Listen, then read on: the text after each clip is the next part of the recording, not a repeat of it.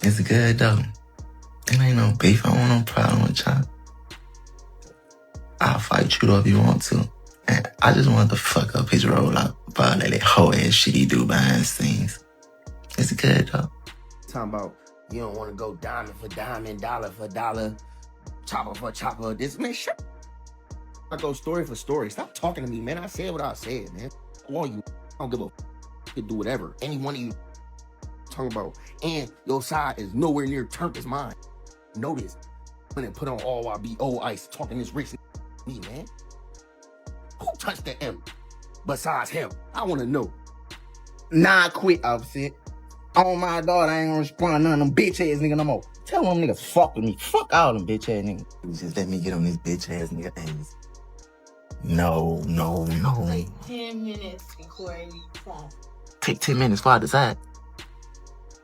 1, 2, 3. That's seconds. Oh, I'm stupid as fuck. Bitch, you flop with your bitch ass. I ain't letting you slide, and they better not get into the fuck you old ass bitch. You going in my antique closet, nigga. Fuck you. You thought you was gonna count me out too. Nigga, you a hoe. On July 9th, NBA Youngboy went at Future on Instagram the night before Future's album dropped.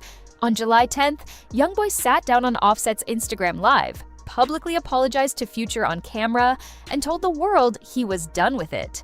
Hours later, same day, Youngboy was back on Instagram tagging Future directly with brutal personal insults, acting like the apology had never happened. A disc, a public apology, and a full reversal, all inside 24 hours. That sequence is what has the entire hip-hop world locked in right now, and the story behind why it happened goes deeper than one night of emotion. Let's break it all the way down. Future. Born Navadius Wilburn in Atlanta, is one of the most decorated artists in modern hip-hop history. 11 #1 albums on the Billboard 200, over 217 songs charted on the Billboard Hot 100. He pioneered a melodic approach to trap storytelling that became the template for an entire generation of rappers. On July 10th, 2026, he dropped The Real Me, a 22-track solo album with no features, his first true solo studio project in 4 years. He called it the album of the century on his own Twitter when he announced it. The culture was watching and waiting. NBA Youngboy, born Kentrell Gaulden in Baton Rouge, built something equally extraordinary by almost every measurable standard. By January 2026, he had become the most RIAA certified rapper in history, surpassing Drake, Jay-Z, and Kanye West with 126 plaques at just 26 years old. He completed the massive Massa Tour. He received a federal pardon from President Trump clearing charges in both Louisiana and Utah. He launched a film production company called 38 Films. On paper, things had never looked better for him. But Youngboy carries something that numbers alone cannot resolve. A frustration that has been building for years and that became impossible to contain on the night of July 9th.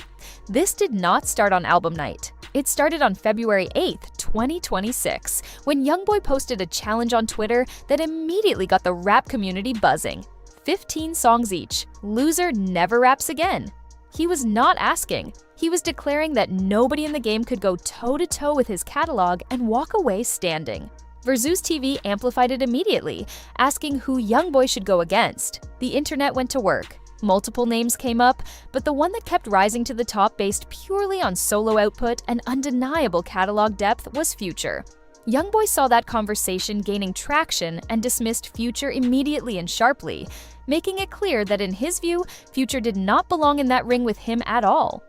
Future never responded. Not on Twitter, not on Instagram, not anywhere publicly. And depending on how you understand Youngboy's psychology, that silence may have done more damage than any clapback ever could.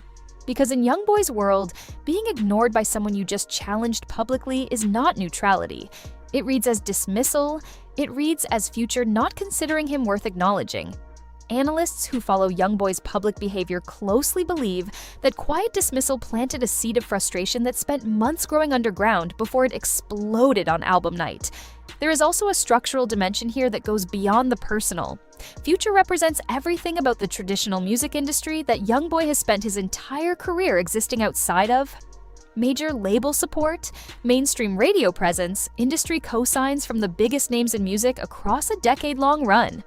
Youngboy built his empire almost entirely without any of that infrastructure. He did it through volume, through an internet-first strategy, through a fan-base loyalty that bypasses every traditional gatekeeper. He has spoken openly in his own words about feeling like established artists are aligned with each other while leaving him on the outside, and that his numbers deserve more respect than they receive from the people who control the narrative. So when Future drops an album and calls it the album of the century, and the entire industry rallies around that rollout, while Youngboy is sitting on 126 plaques and still feels like an outsider, something in that dynamic clearly hit different. The night of July 9th, the night before The Real Me officially dropped, Youngboy went on Instagram and posted a video aimed directly at an unnamed rapper releasing a project that same night. He never said Future's name. Let's be precise about that. But there was exactly one major artist dropping an album that night. The timing made the target obvious to everyone watching. Hip-hop media picked it up within minutes. Millions of views inside of hours. Every major outlet ran it immediately. Youngboy was aggressive. He was personal. He was doing it in real time while Future's album was literally rolling out to the world. What nobody predicted was what came next. The following day, July 10th, while The Real Me was officially out in the world, Youngboy appeared on an Instagram Live hosted by Offset, and what happened on that live genuinely surprised the culture. Offset brought a measured, grounded energy to the conversation. He is someone who has been through the full cycle of industry chaos, personal loss, and public controversy, and he encouraged Youngboy to stop letting emotions steer his public behavior. Something in that landed. Youngboy opened up on camera. He acknowledged that something had genuinely hurt him emotionally in the lead up to everything. He admitted the hurt was what sent him spiraling onto Instagram the night before. He said he had been crashing out. And then he did something the culture did not see coming. He publicly apologized to Future on camera, with Offset sitting right there as a witness. He said the words clearly. He made it plain that he was ready to move past it. That apology hit different for a specific reason. Youngboy is not someone who apologizes publicly as a regular habit. He does not sit down on camera and say sorry easily. For him to do it in that moment, on that platform, with that witness present, the culture took it seriously. Media ran the apology everywhere. Fans who had been watching all night genuinely believed the beef was dead. It had lasted less than 24 hours and appeared to be completely over. And then everything flipped. Within hours of that apology, on the very same day, Youngboy went back to Instagram and tagged Future directly. The tone was nothing like what he had just said on the live. He posted a series of clips going after Future with brutal personal insults, attacking his age, declaring his album had flopped on arrival, making it explicitly clear that the apology meant nothing and he was not letting the situation go. The accountability he had shown on camera evaporated in real time. That rapid reversal became the defining moment of the entire story. Not the original disc, not the apology. The fact that the apology was gone before the culture had even finished processing it. The same man who sat on camera with Offset and admitted he had let emotion take over went right back at Future, harder than before, inside the same news cycle. That contradiction is what the internet could not move past. It is what has people genuinely questioning whether anything Youngboy says publicly in moments of conflict can be taken at face value. And it is what makes this situation feel unresolved in a way that most beef cycles do not. Now, Future's side of this. He spent July 10th doing exactly what you would expect one of the greatest artists in trap music history to do on his album release day. He let the music speak. The Real Me arrived, 22 tracks, no features, a deeply personal project he described as finally showing the world who he really is beneath the persona. As for a direct public response to Youngboy, no confirmed interview, no verified social media post, no explicit reply has been documented. What Future did was drop a 22-track solo album with no features on the same night Youngboy said he would flop. And then he let the culture decide what that meant. That silence is either the coldest possible move or proof he is not taking Youngboy seriously enough to dignify it with a direct answer. Either reading works in Future's favor right now. The album is out, the music is being heard, and Youngboy ended the day looking like someone who publicly apologized and then immediately undid it. The reason people keep using the word deadly when they talk about this situation is not about confirmed physical threats. It is about the atmosphere.